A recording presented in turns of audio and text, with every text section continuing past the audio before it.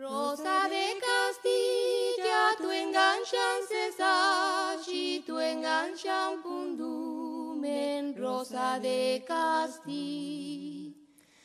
Tantiarico armale para nois pacaras, como es Florenti.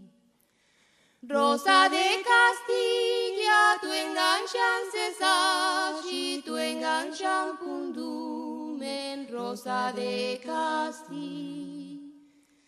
Tantiarico armale para nois pacaras, como es Florenti. Tansico arguandacua, acque cucho es suerte, nani minduis tu caristia. Tantiarico armale para nois pacaras, como es Florenti. ¿De dónde eres? De México. De México.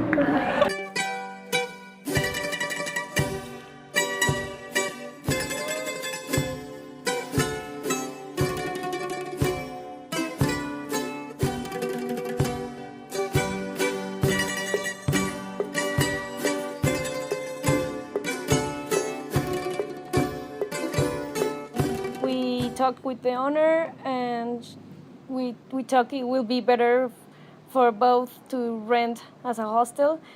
So we started making all these changes and start working on it and take the chance and decide to pay the whole rent by yourself and to start working because it's going to be a lot of work. I think a lot of our neighbors first looked at us like, what are those girls are doing? Or first they were like, oh, your friend, you are your friend. Like they couldn't recognize. Yeah, I think that all the neighborhood knows that we are a couple, and but they don't talk about it too. They don't call us like. They just are like curious about it, but they have been really nice.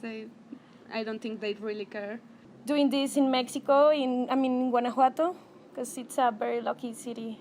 It had problems with, I don't know, like the people kissing in public. They had this law that forbid being kissing in public, and I once talked to one lady in Mexico City, and she told me like, "Where are you from?" "I'm Guanajuato." "Oh, yeah, where they forbid to kiss in public." And I was like, "Yeah, what a crazy thing, right?" And she was like, "Yeah, but I mean, it's okay because sometimes you get to see awful people kissing, like two men and men, or like these gay people," and I was so pissed.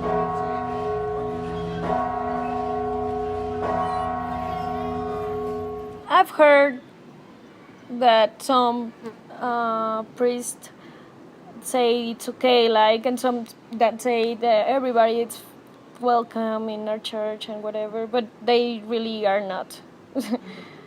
Yeah, I think the 80 or 90% of Mexicans are Catholic, so the church has a lot Power.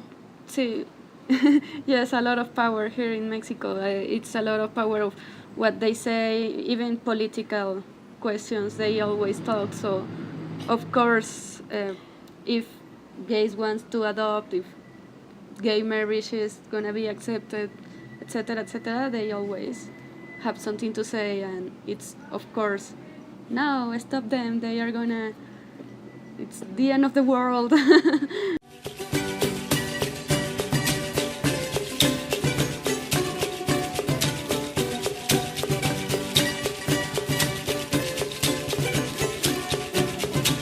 ¿Qué te gusta hacer? Dormir. ¿Cuál es tu color favorito? Morado. ¿Cuál es tu comida favorita? No, está bien. Nada.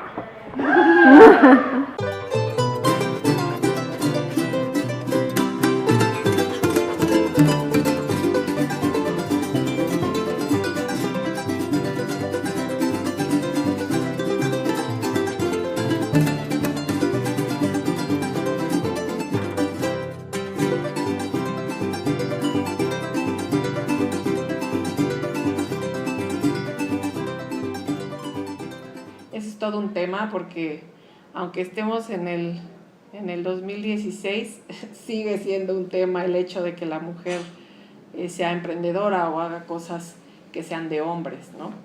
Entonces, sí, definitivamente siempre hubo esa parte como, ¿cómo? ¿Y eres mujer? O sea, ¿y por qué patinas? ¿O por qué te interesa eso? O no sé, no eres femenina porque haces eso, ¿no? Los hombres y el nicho de patinadores también decir, bueno, pero, o sea, tú no sabes, ¿no? O sea, tú de dónde sacas que sabes o que patinas o cómo lo haces porque pues, simplemente eres mujer.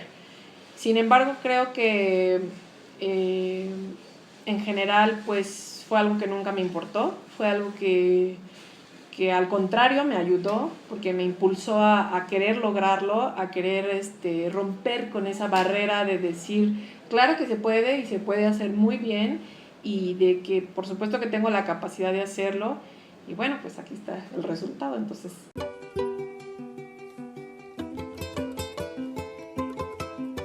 Yeah, well, it started as a project to support girls, skater girls that wanted to learn to skate. I remember the first class, there were only 4 girls, but in the end, when 2 years afterwards or 3 years afterwards we started, there were like 40 girls. I used to skate. I skated for about 5 years or so. I used to skate bowls. I love bowls, and that's what I used to skate. Here it's difficult to find girls who want to skate. Skateboarding it's pretty much something for boys from the beginning. It's more male oriented. And girls don't have a lot of support from their parents or from any other people. There is a lot of discrimination against women everywhere. Girls are very discriminated. There are lots of crimes against women only because they are women. So I think it's a lot of reasons why girls don't get to skate.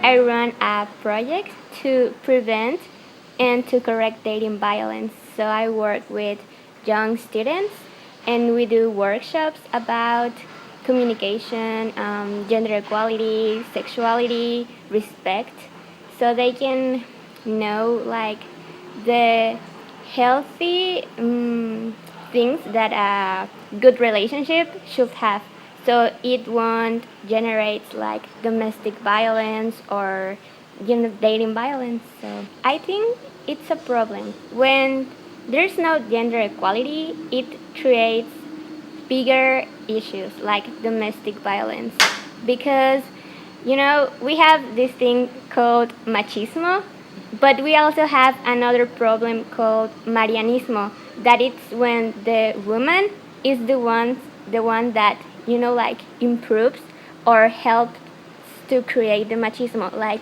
for a very usual example, like there's a daughter and a son, and then the mother said, no, you do the laundry because your brother is very tired, so you should help him. Like, yes, but I also do things like I study, I work, I do another things. He's tired, but I am also tired. No hablo solo de la cultura mexicana, sino de esta cultura mundial que tenemos, donde se romantiza mucho el sufrimiento, lo típico de los celos. Si es celoso es porque me quiere, si es celosa es porque me quiere. Entonces estas ideas que ven en las películas, en las series, en los libros, se las toman muy a pecho y como que viven en esa mentira de que el amor es dolor y mientras más duela es más amor. Most of women here don't work, but I mean that's not a problem. The problem is to think that they shouldn't, because there should be like a mom the whole time and work in the house. And I think it's a problem, but I also know women that are trying to solve it and change it.